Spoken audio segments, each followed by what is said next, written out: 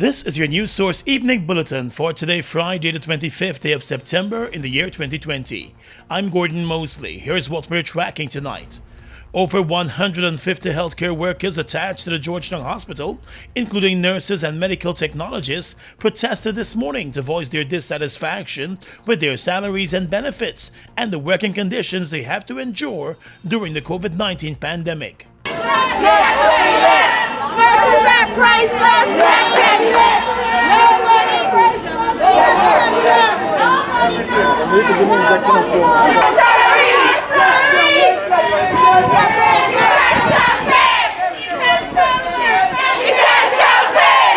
The nurses and other healthcare workers marched along the streets outside the Georgetown Hospital, loudly voicing their concerns and making known their demands.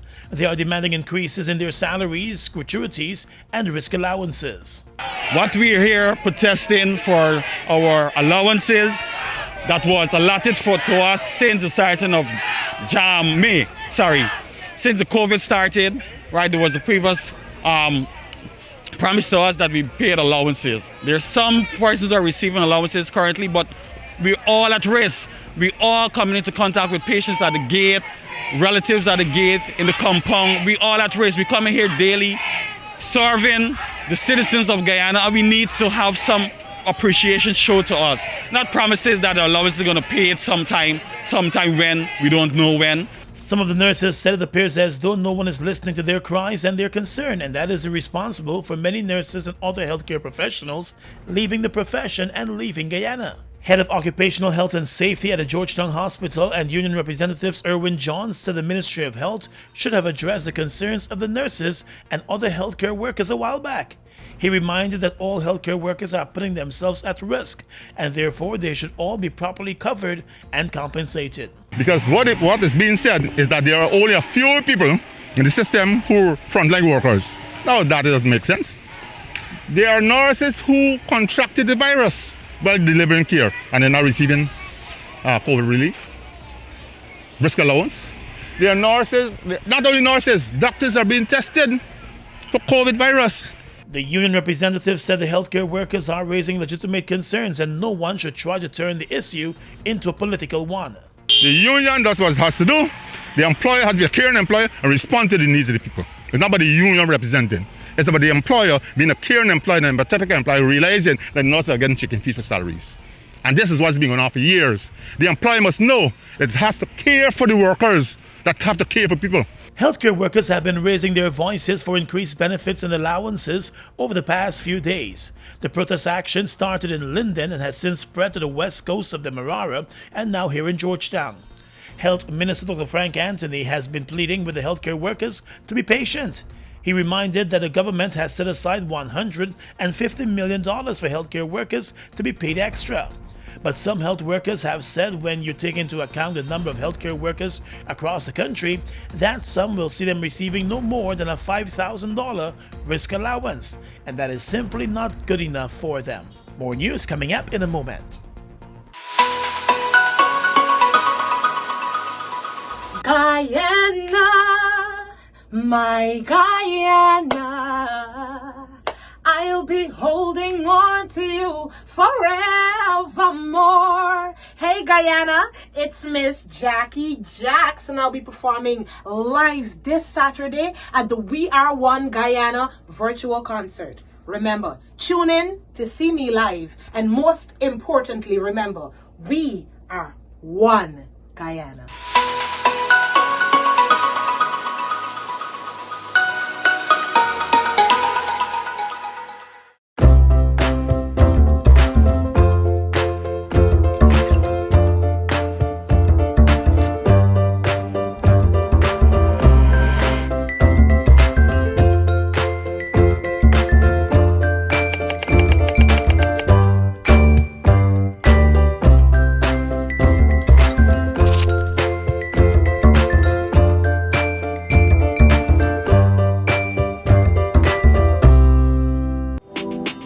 For all the Zoom hashouts and recipe tryouts, the world changed and we were right there, standing with you, always near, getting closer in so many ways.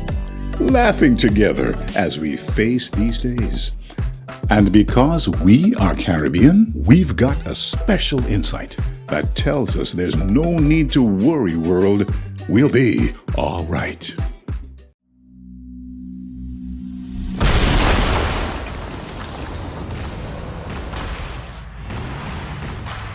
Isuzu D-Max, built to work. Whether it's mining, construction, agriculture, or just adventure, Isuzu D-Max does the job. Put it to the test. Isuzu D-Max, engineered to keep every promise. Marex is the authorized dealer for all Isuzu products. Marex, telephone 226-1482 and 226-1306. The government of Guyana invites supermarkets and shops in all regions to submit expressions of interest to supply items for the COVID-19 Public Assistance Program Phase 2.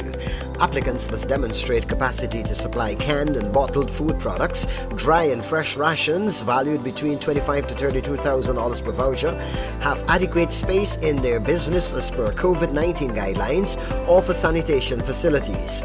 Interested applicants can uplift the expression of interest form and selection criteria from the Civil Defense Commission in Georgetown or at your nearest regional executive officer's office between 9 to 15 hours, or request by email at pavpgy@gmail.com. Kindly deposit completed forms on or before 9 hours September 30, 2020, along with copies of valid business registration or certificate of incorporation and NIS and GRA compliance into the tender box at the National Procurement and Tender Administration, Main and Urquhart Streets, Georgetown. These must be in a sealed envelope, clearly marked expression of interest to supply items under the COVID-19 Voucher Assistance Program Phase 2. No expression of interest will be accepted by email. The Civil Defense Commission reserves the right to accept or reject any expression of interest. When every action has a reaction, revenge and they take contraction. Ethnicity remains a distraction. Need to be a whole, but we broken like a fraction. No. Yo, this is your boy Psycho, and guess what? Since we broken, we joining each other this weekend. We Are One Guyana concert, virtual live. Tamika Marshall, Sammy Madas, Jomo, Alabama, no, Vanilla, a whole host of amazing Guyanese artists coming together. We Are One Guyana concert this weekend. Don't miss it for nothing. Boom!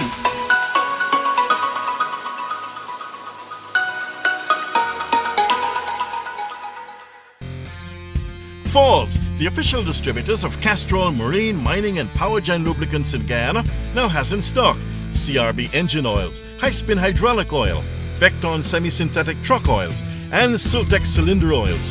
For the best prices, check our dealers countrywide or visit Falls Gas Station at Land of Canaan, East Bank, Demerara, or call the commercial manager on 608-4998.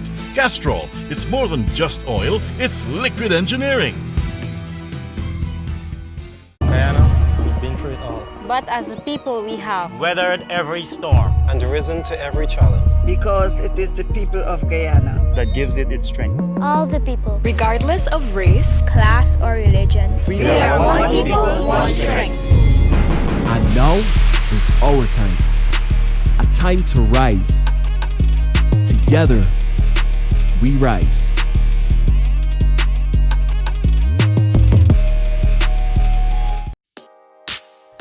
Mobil Special and all other Mobil lubricants are distributed by Sol Guyana Inc. Mobil Special and all other Mobil lubricants are distributed by Sol Guyana Inc.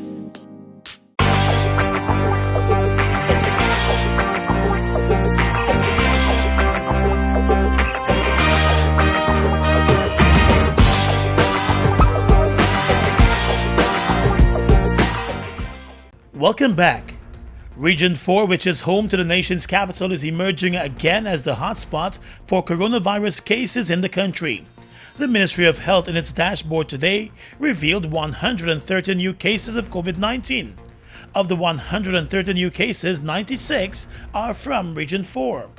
Despite the curfew and several health guidelines, citizens could still be spotted in large numbers in the marketplaces and public transportation and in their communities. There have also been reports of hotels hosting poolside parties and singing competitions, although they are not permitted to host such events under the regulations. The country has also recorded its 74th death today, who was identified as a 71-year-old woman from Region 2. The 130 new COVID-19 cases as of midnight last night have pushed the total number of active cases to 1,130. According to the data, 895 of the active cases are in home isolation, while 235, which includes more than 100 prisoners who tested positive, are in institutional isolation. The prisoners are being held under heavy security at a government facility outside of Georgetown. The number of recoveries has also been climbing steadily, with more than 1,400 recoveries recorded since the pandemic was first reported in Guyana back in March. As the number of COVID-19 cases in the country and the number of related deaths continue to climb, Health Minister Dr. Frank Anthony has indicated that patients who are severely ill and hospitalized have been responding well to the use of medication. In an interview, Dr. Anthony said the medication remdesivir is being used to treat the critical patients, and according to doctors, they have been responding well. Remdesivir is an antiviral medication which many countries have been using to treat COVID-19 patients. He said Guyana has been able to procure the medication through India. But although the severely ill patients are being treated, the number of COVID-19 related deaths have continued to climb steadily.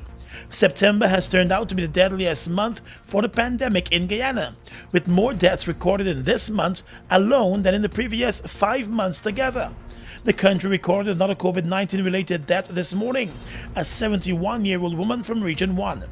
The health minister has reminded that older citizens remain at high risk for contracting COVID-19 and losing their lives to the disease. He said persons must take the precautions, especially if they have pre-existing conditions. If you have comorbidities, if you have another underlying condition, you are going to be at risk for COVID-19, a higher risk, and you have to protect yourself. And similarly, if you're older, you need to take the additional precautions and protect yourself. The health minister also said the spread of the virus is worrying and citizens must take the warnings being issued by health officials seriously. The population can really help us if they seriously take these prophylactic measures or preventative measures that we're talking about. It would really help us to reduce spread. Because this thing is all of us got to do it. It's not one set of people or that set of people. It's everybody got to be involved. And that really is my plea to everybody. Guyana currently has more than 900 active cases of coronavirus. While the majority of patients have been making full recoveries, the spike in the death rate remains worrying to many citizens and health professionals. Turning now to the education sector, facing a regional backlash over the results presented to students who wrote this year's C2 CAPE examinations, the Caribbean Examination Council has agreed to begin moves to address the concerns. Education Minister Priya Manik Chand met CXC officials this afternoon via video conference and laid out the concerns expressed by teachers, parents, and students in Guyana. Minister Manik Chand said CXC has now agreed to review the papers and work of the schools, pursuant to a request by the Ministry of Education. She said the formal request will be made by Guyana and will be supported by statistics and documents. She said the request will also lay out the reasons for Guyana's concerns. Additionally, the Education Minister announced that CXC has also agreed to resolve the ungraded issue by grading the papers that were already sent to them or the local registrar. The assurances given to the Education Minister of Guyana today came hours after the CXC registrar received pushback from across the region on his position that there would be no investigation. Schools and education officials in Guyana, Barbados, Trinidad and Tobago, Jamaica, and a number of other Caribbean countries have expressed concern about the CXC grades. Some schools have even threatened legal action against the regional education body. The Education Minister Priya Manik Chand said the problem is widespread across Guyana and therefore cannot be dismissed. She said the ministry has found instances where all of the students of some schools received results that carried the ungraded remark for several subjects, although the exams would have been written by the students and their school-based assessments were submitted.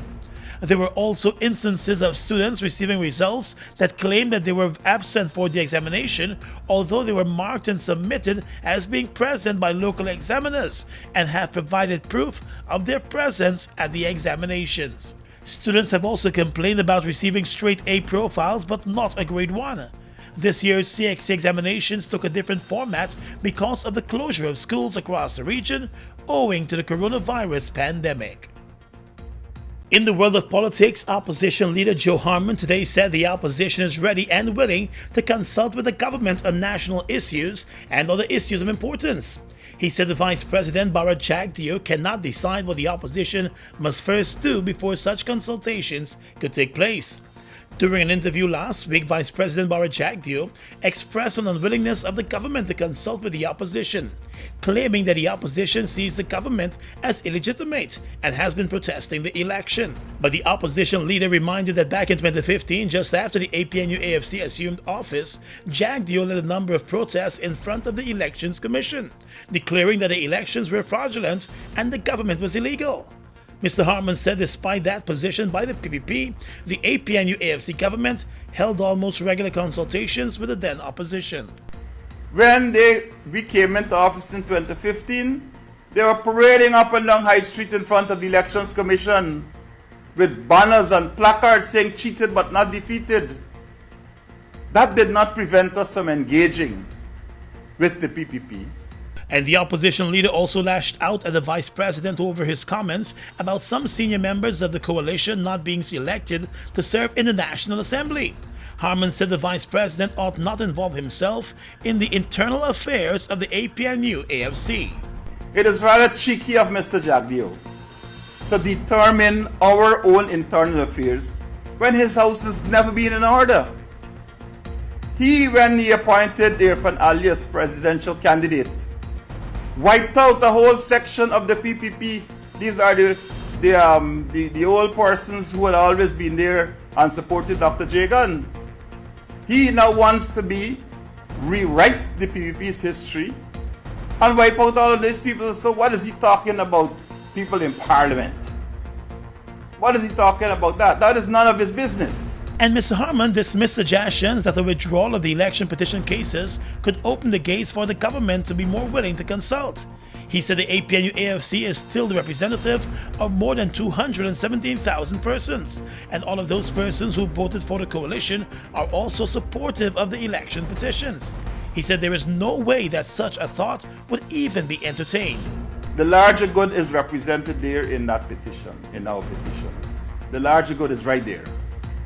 And that speaks to what is right, what is just, and what represents the will of the Guyanese people. And that is something which we cannot bargain. We cannot bargain out on that. We cannot sit down in a room and bargain out what 217,000 or more, plus their families, what they want. I certainly will not, as leader of the opposition, tread on that ground. The opposition leader said the opposition will continue to look out for all Guyanese, and he said the vice president and the rest of the PP civic administration must realize that the opposition leader's office is a constitutional one. In the courts now, the election's returning officer for Region 4, Clermont Mingo, was back in court today for the continuation of the misconduct in public office charges against him. The matter has been put down for the 15th of December, but the prosecutor from the DPP's chambers told the court today that over 100 witnesses are already lined up to testify against Mingo. The prosecutor said that the file in the matter is still incomplete, and the prosecution was only in a position to make a partial disclosure in the matter. The presiding magistrate told the prosecutor that full disclosures with all the evidence and witnesses in the matter will have to be made on the 15th of December, when the matter is called again. The returning officer was charged back in August after private criminal charges were filed against him alleging electoral fraud. He was granted bail in a sum of $600,000 after being in police custody for several days. The Director of Public Prosecutions has since taken over the matter, and the police force is still conducting its own probe of the allegations of elections fraud. Mingo was the returning officer at the March elections for Region 4, and it was his declarations of the Region 4 results that led to several court cases and a recount of all the votes cast. The votes from the recount did not match the earlier declarations that were made by Mingo. He was not part of the vote recount. Across the Region is coming up next. Last night me go fi look at bread. This morning them find me dead. That's the way life a go. That's the way the story goes. What's good, everybody? This your boy Samuel Medas, and I'm telling you, join me this weekend for the We Are One Guyana concert with an awesome lineup of local artists, your very favorite artists. We gonna be shelling it down. Don't miss it.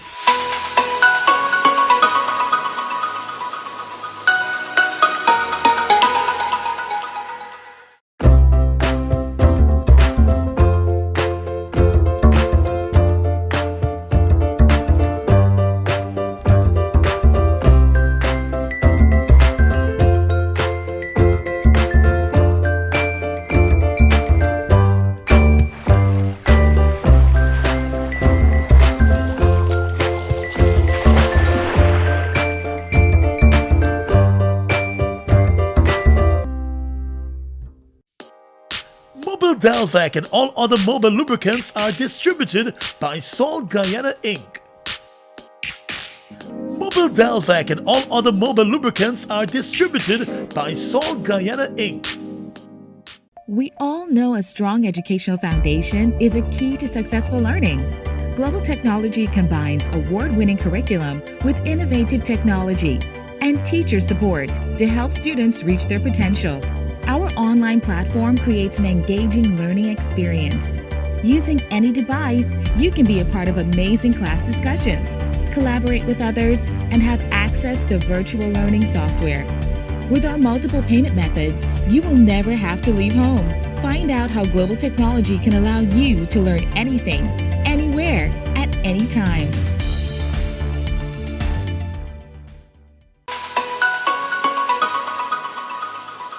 We will rise from the ashes of destruction. We will rise.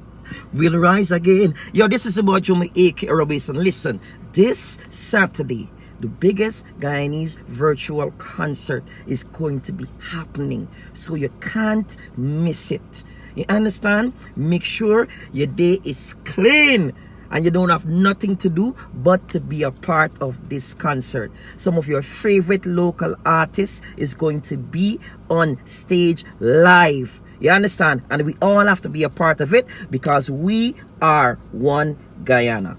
Boom.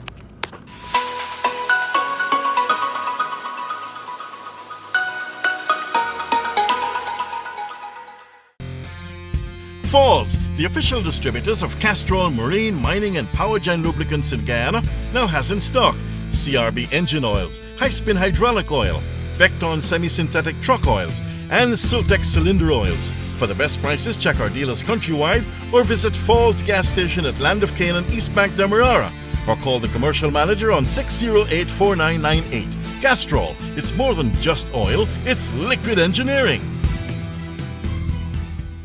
We are legions of men standing strong, but never too proud to stoop and help someone. We must send a clear signal to all. Do right, walk in upright ways, knowing that's what being a man is all about. And ever aware that things will only get worse when good men do nothing. Stand strong, be the one to live right. Mobile Delvac and all other mobile lubricants are distributed by Salt Guyana Inc. Mobile Delvac and all other mobile lubricants are distributed by Salt Guyana Inc. Across the region right now, the board of directors of the Caribbean Development Bank has approved loans of $40 million to the Bahamas and $30 million to St. Lucia to support economic recovery and resilience in both countries hit hard by the COVID-19 pandemic. Prior to the COVID-19 being declared a pandemic by the WHO in March, the economic outlook for the Bahamas and St. Lucia was encouraging, with most of the key performance indicators pointing to ongoing improvements. Both countries were pursuing reform agendas to promote economic growth alongside fiscal and debt sustainability. At the same time, the Bahamas was implementing a comprehensive set of measures to enhance resilience against natural disasters as it tried to cope with the effects of 4 hurricanes in the last 5 years, including the devastating Hurricane Dorian of 2019. Heavily dependent on tourism, which accounts for over 40% of the GDP in both countries, the complete border closures and massive visitor cancellations have led to steep declines in economic activity. The CDB estimates that the GDP will contract by 14% in the Bahamas and by almost 19% in St. Lucia this year. Across in Grenada, the Ministry of Health is reporting a significant increase in the number of confirmed cases of dengue fever, with parishes of St. David's, St. George's, and St. Andrew recording 29 cases in week 38, when compared to week 37 when there were only 9. Dengue type 3 is more severe in terms of body aches and pains when compared with other strains of the mosquito-borne disease. According to reports, the total number of cases so far in Grenada this year is 118, which almost surpasses the total cases for 2019, in which a total of 123 persons were diagnosed with dengue fever between January and December of last year. And finally tonight, international news. 20 persons, including air cadets, have been killed in a military plane crash in Ukraine. The aircraft came down on the outskirts of the eastern city of Kharkiv as it was landing. The plane was carrying 23 persons, including crew. Officials said there were injuries among those who survived. The cadets were from the Kharkiv Air Force University, and the plane was on a training flight at the time. And that's your News Source Evening Bulletin for tonight. I'm Gordon Mosley. Enjoy the weekend.